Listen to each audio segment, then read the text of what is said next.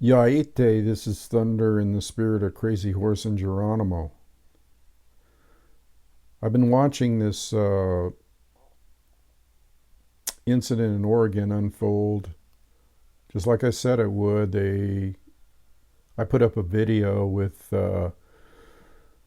some shortwave people reporting from the scene, uncensored, no cell phones, any of that crap, because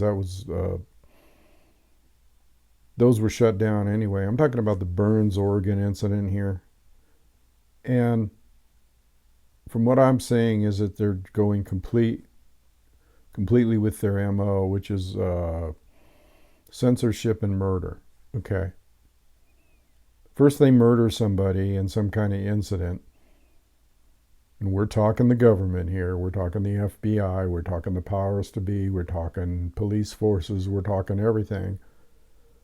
First, they murder somebody in some incident, and then you go to find, like this. Well, you got the militia group in Oregon doing a standoff here, and next thing you know, they have been infiltrated, and one of their members has been killed outright, murdered, and the rest were arrested. And some of these same people were involved in the Bundy incident, if you remember that incident. Ammon Bundy, the son of the Bundy in Nevada, which is where I am right now, on a ranch in Nevada. And the feds are going with their modus operandi of murder and then cover up, murder and censorship. Murder, cover up, and censorship. Because when you go to anywhere to try to get information about, other than what I got from the shortwave people, which was a video that was put online, not by me, by somebody else, and that's been taken down. What does that tell you? That's been taken down. The reports from on the scene, which said that Lavoie was the man's name that got killed, murdered, had his hands up, and was shot down. Okay, but let's look at something here. Let's look at a lot of things. Let's look at, why is it that we can't get any information, the facts surrounding the case outside of that shortwave report? I've been looking all over the internet today, and every time a news organization tries to say something about it or reports on it, they cover all the, surrounding events and what happened and blah, blah, blah, and the historical aspect of it, the history of it. But they don't tell you the freaking facts, okay? They don't tell you the facts about what happened when they actually stopped the car, and did the guy go for a gun? All that stuff is left out. Not anything ever freaking mentioned about it. So this is what they do.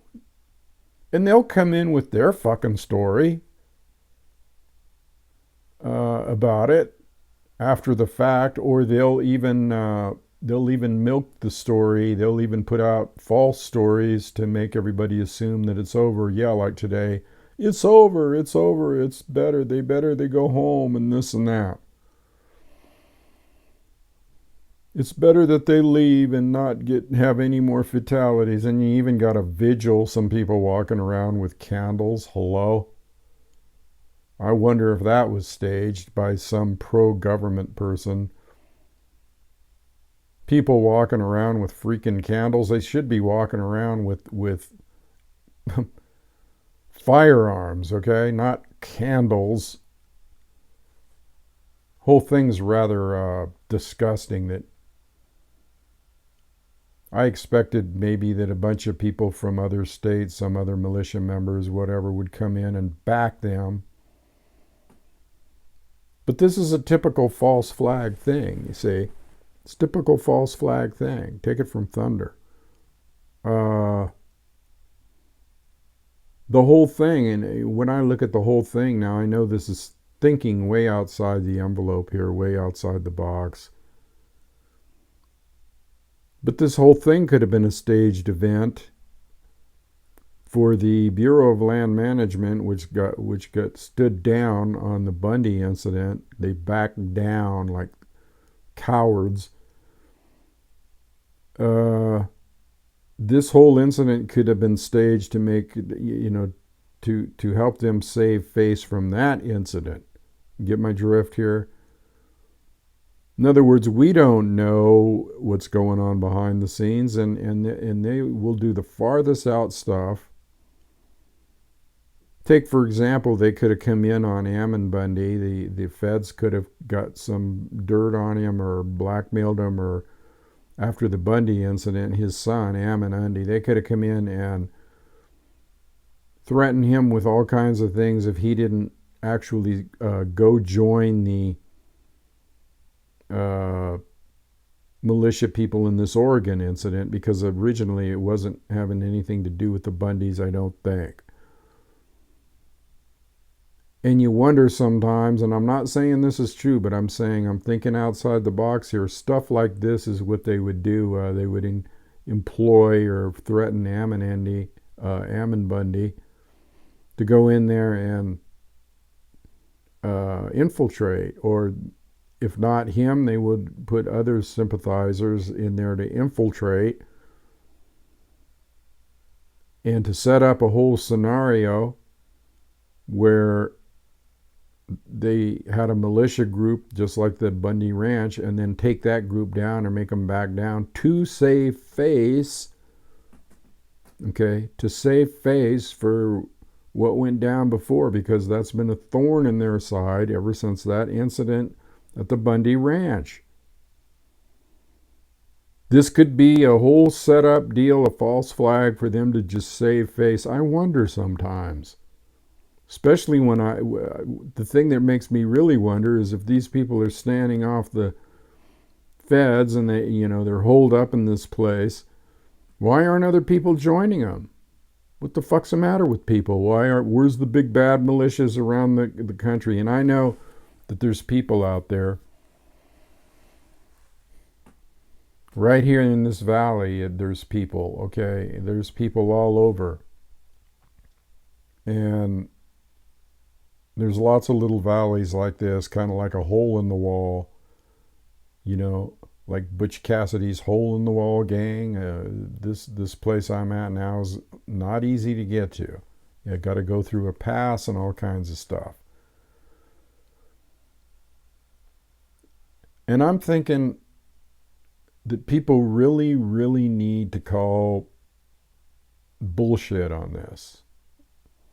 They need to call bullshit on it, because that's what it is. And whether this is a real incident, a real group of people that stood off the feds for a while, or whether it's a staged event, either way it's just as bad, because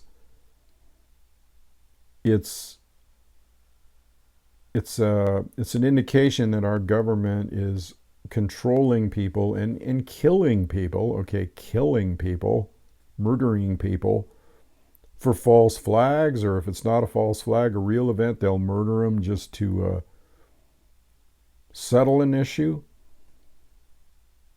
I think that if the gun owners of America and the citizens of America and the people that want freedom here let this go by without doing something about it, just like I said in my previous video, it's kind of a test bed. It's kind of a precursor to what's to come. You better freaking wake up, people. That's all I got to say. If you let this go without doing something about it, people let it go without doing something about it. There should have been, 10,000 people showing up at that Oregon standoff. There should have been people from all over the United States, gun owners, militia people, activists of all kinds that believe in freedom. They should have been at the doorstep. They're supporting those people. And maybe they will yet to come. We'll see. Because we got other situations arriving, like I said, in Flint, Michigan, and all over the United States, actually. And it seems to be with people that are ranchers, with people that are being taxed to death, with people that are being accused of shit. You know, this whole thing in Oregon, if people don't know how it started, it just started, it exploded into this huge thing just off of a controlled burn. People doing a controlled burn on their own freaking ranch. And that was illegal. That was something that was really, really bad. Well, was it? They were trying to save the natural environment. You do controlled burns, okay? That's like a fire line. And you have to do controlled burns to protect yourself from fire and other things. And that's what this whole thing came up from. Just people want, and then the feds coming in and saying that they were felons and criminals and shit like that. Hello? This really irritates the fuck out of me that people don't do something. What is it going to take? What is it freaking going to take for the lame, brain dead assholes of this country to realize that they're getting their rights taken away, and they're Nazi Germany, Nazi America, and the fascist pigs are moving right in on them, right in.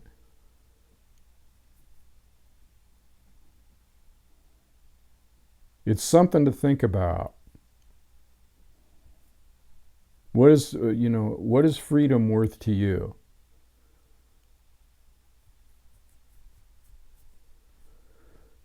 I don't know. I just feel really passionate about this because I've seen this go down so many times before, at Wounded Knee and at Ruby Ridge and at Waco, and just the same shit over and over and over, and it's getting worse. They could end up, I don't know, it's hard to tell if the people really left that Oregon site because you can't get news, real news on it. It's blacked out. It's prostitute media spewing garbage now. So you'll never friggin' find out what the truth is. If those people left, or if they went in there and forced them to leave, or if they go in there and burn them out like at Waco, or aren't you people getting sick of this stuff? Isn't it getting a little bit old? Wake up and smell the coffee. Break out the shiny blue 6-shooter, baby. No, seriously though, I'm just looking at this as kind of amusing in a way, because I'm outside the city and I'm in the country now, and I'm way, way out in the middle of the friggin' desert. And I haven't really been paying too much attention to world affairs, but I see something like this and it brings it all back to like that people in the city and people in the populace of America, excuse me, are fucked up. They've been drinking Kool-Aid too long. And that Kool-Aid is the Kool-Aid of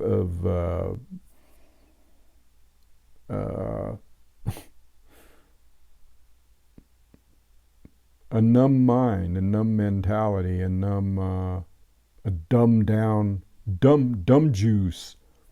Dum juice. Anyway, excuse me. I'm going to just leave it there today. I don't want to get too long-winded with this, but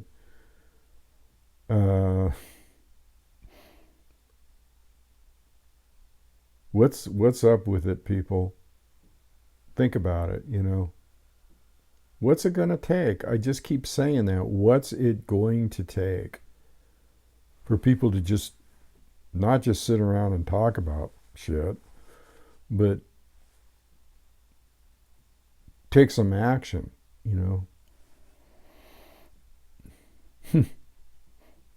Unbelievable. Anyway, I'll leave it there today. This is Thunder. A good day and good week and everything to all the people in the Campfire Council, and good thoughts to you and good energy, and hopefully someday maybe we can all get together out here and have a powwow. Anyway, I'll leave it there. Adios, amigos and amigas.